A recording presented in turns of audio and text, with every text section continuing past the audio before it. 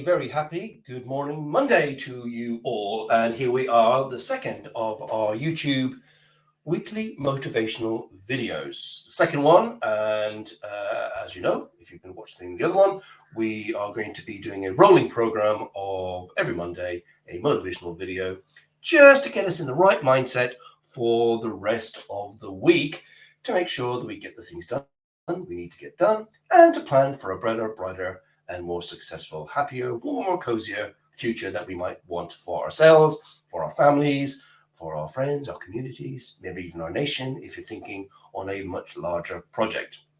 Okay, so got a couple of slides as always to keep me focused and hopefully to help you with some sort of key things to think about for the rest of the week.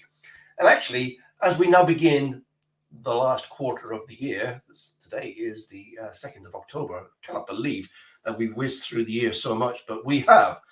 So I thought now's a good time to think about, okay, what do we want for the rest of the quarter? What do we want for the rest of the year? So we're going to look at a bit of goal setting this morning. So let's just start off with this. What happens, here's a key question, what happens when you decide to set a goal? What happens when you decide to set a goal? Now, for a lot of people, they think, oh, well, I've got to set a goal, which means I need to, well, I'm not sure. I know I want something, and maybe I'll do some organizing or ring up my friend to help me out or look something up on the internet, how to get something done, or I don't know, maybe do a little bit of research. That's great. Actually, what the evidence shows is what actually happens is not a lot. Guess what? We say we want change in our lives, and yet often nothing actually happens. So why is that? Why does something not happen? Why do we not move forward? Why do we not grasp that future that we want with every fiber in our body? What is it that stops us moving forward? Now, in another video, I think it's on YouTube. If not, it's definitely on our website. You'll be able to find it easily enough. You know, the science behind goal setting, and it's pretty extraordinary the amount of science that really underpins what happens when we set goals, or what doesn't happen when we set goals, set them poorly, which we're going to look at this morning. So how do you set them in a successful way is what we're really, really interested in. So we say we want something, we want to change in our lives, we want that new car, we want to move house, we want a new relationship. What is it we actually want? So that's the thing we're going to try and figure out this morning. Very, very quickly. We're not going to keep you here for hours and hours and hours. So, as you all know, I'm an NLP trainer, NLP practitioner. I'm very passionate about the tools, models, and interventions that enables change to happen really, really quickly and powerfully within our lives, and of course the clients that we work with, the organizations that I work with over a period of time. So, NLP point of view, most people set goals that are not well designed. Kind of like I've alluded to at the beginning. You think, oh yeah, I kind of want something. We're all familiar with that New Year's resolution thing. You know, what you're going to do, I'm going to join the gym, I'm going to lose weight, going to change my job, going to quit smoking, all those kind of things. Guess what happens? 9 times out of 10, nothing happens. It's the well-designed part isn't there. And oftentimes, as Brian Tracy would say, clarity, there's a lack of clarity as to what's really going to be happening here. People often say, well, it's the why of the thing, but we're not keen on why questions in coaching and personal development, because you usually get just justification. So we really want to say, for what purpose this change? What will this do for you? We often talk about the goal beyond the goal. When you achieve this, what will that be bringing you? What's it going to do for you? So we really want to understand, how do we design well-formed or well-designed goals? So from an NLP point of view, it's this notion of well-formed outcomes.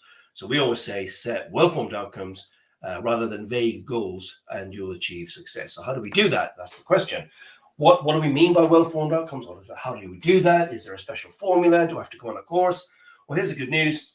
There is a special formula, which I'm about to share with you, and you don't need to go on a course, albeit you can, and I might mention that at the end of this short video. So the well-formed outcome, the recipe, if you will, is this from NLP. So first off, you really, really wanted it. Now, in coaching, we'll often say to a client on a scale of 1 to 10, how much do you want this particular outcome? And if they say anything less than, I'm going to say 7, I think, well, how motivated for this change and this outcome are you? You know, you want people saying, not 10 out of 10, 100 out of 10, I'm desperate, I really want this. So you really, really want it, and you must believe that it's possible. You must believe that it's possible for me. Now, the opposite of this is, I'd really love to win the lottery. That'll be amazing. Do you really want to? I'm really super motivated to win the lottery. But do I really believe it's possible? Yeah, not so much. There are a lot of chances, but there are a lot of chances I won't get it as well. So it has to be, possible for me to do this. I want to become an astronaut. I was listening to the radio this morning, and a lot of people go for job interviews, that are out of work for a long time. They say, oh, what kind of job would you like? I want to be an astronaut. Yeah, okay. I mean, yeah, when we were kids, we all wanted to be rock stars and astronauts, but that's not probably going to happen for the most of us. So we have to really believe that it's achievable. So a bit of a reality gap, if you will. What is it that you really, really want that's possible for you in your current circumstances? Now, that's not to say, think about the bigger thing that you might want to train towards or move towards. But in the first instance, and if that is the case, you think, well, okay, so that's great. So what's the first step? So then the next part of the recipe, if you will, is the how to. So how are we going to do this? We're clear about what we want. We want to move house. Let's go with that. Actually, that's a real thing for me at the moment. We're moving house. Moving from this a building to another one further down the country, in the West Country in Somerset. So how am I going to do that? How are we going to achieve the goal?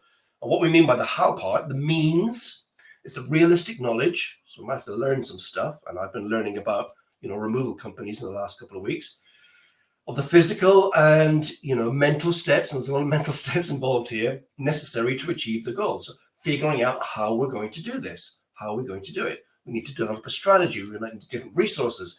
We need the removal company, using me as an example. So if we get a piece of paper, we figure out, okay, how are we going to do this? What's required to make this a reality? And then it's the opportunity to deal with the interference and blocks and resistance that are inevitably going to happen when you decide to make a change in your life or in your team or in your organization. So it's the opportunity. This is something we bump up against a lot in coaching that I do in organizations. People want to do things, but it's just they don't have the time or the opportunity because there's so many other things. And in which case, you've got to take, again, another piece of paper, and we always say, write it down to make it a reality. Write it down to make it real. What we all got 24 hours. So what needs to come out so that something else can go in? Because when you make a change, it will involve activity, both physical and mental, to make the change. And certainly to make a change a habit over a period of time. So the chance to. So that might mean looking at your schedule, looking at your time management, all of those kind of things. So the want to, the how to, and the chance to. Okay, we're good. And then the last bit is, can't tell you how super important. This is the NLP secret sauce in a way. The agreed evidence of assessment of progress. And people always say to me, well, Tony, I said, well, how will you know you're making progress? How will you know you've made a great start in your project or your goal? Well, we'll know because we'll just know. No. You won't know just because you know. Agreed evidence, write it down. Contract with yourself, with your coach, your team, your accountability partner, somebody.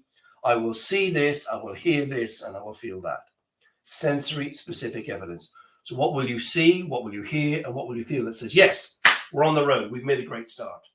When we're halfway there, what will we see? What's the evidence that says, yes, this is real, we're making progress, I can see it, I can hear it, people are talking about it, they're really enthusiastic about what we're doing, and I feel the sort of excitement of achieving the goal.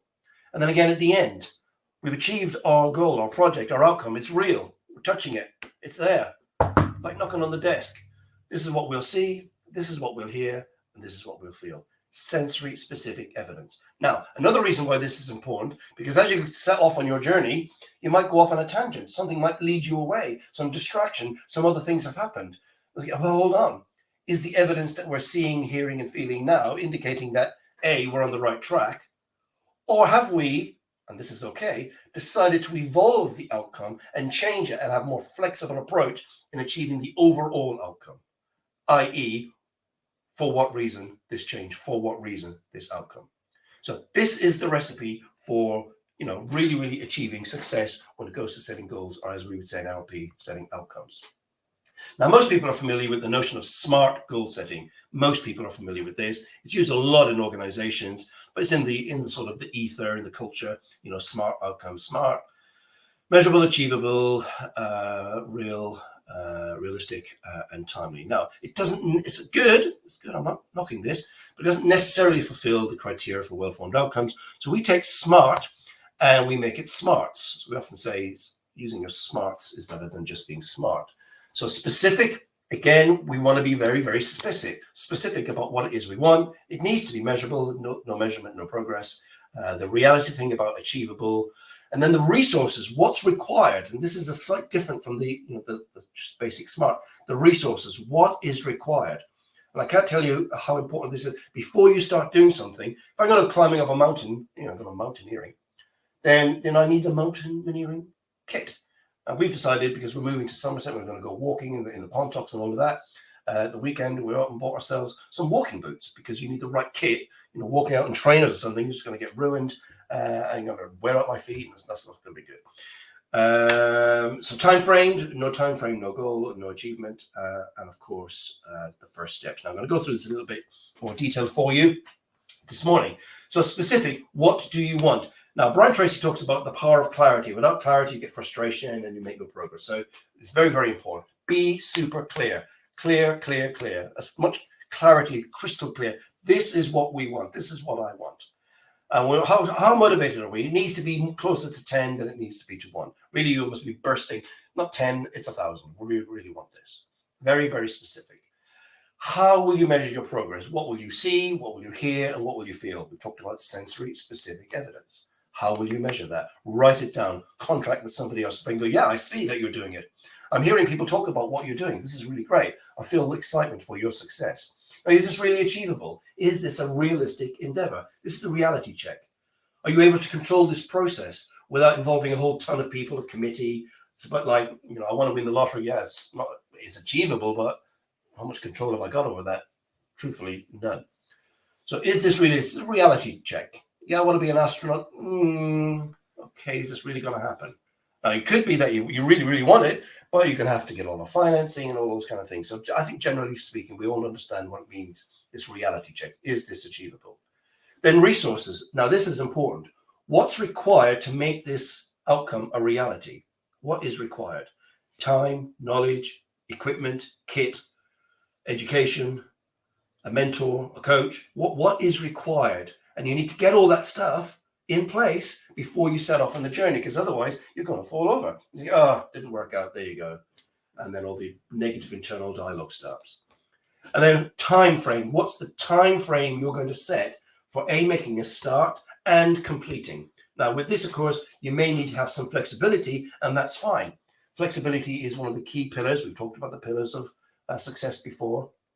Flexibility is one of those, but at least you've got something to aim towards.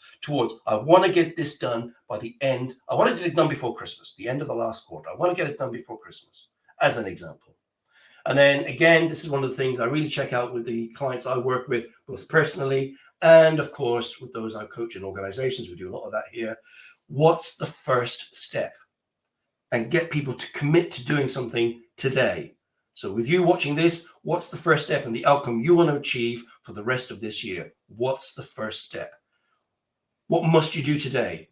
Who must you phone? What button must you push? What email must you send? What's the first thing you absolutely must do? And then what else? And then what else? And then what else? And you follow that sequence through and you'll be successful. So this is the recipe for really setting well-formed outcomes and turning vague goals into outcome success. Now, I mentioned NLP a few times. If you're particularly interested in NLP, this is probably the last call for our upcoming program. If you're watching here in the UK, or I guess in Western Europe as well. But we start Saturday coming. So really, you've got a very tiny window to sign up so we could get the training manual and all that kind of stuff out to you. I'll put the link below. And I want to wish you every single success for this week. As I say, it's the beginning of the last quarter, so let's make it count. Guys, have a great week, and I hope you found this suitably useful. Take care of yourselves. Speak again very, very soon. Bye for now.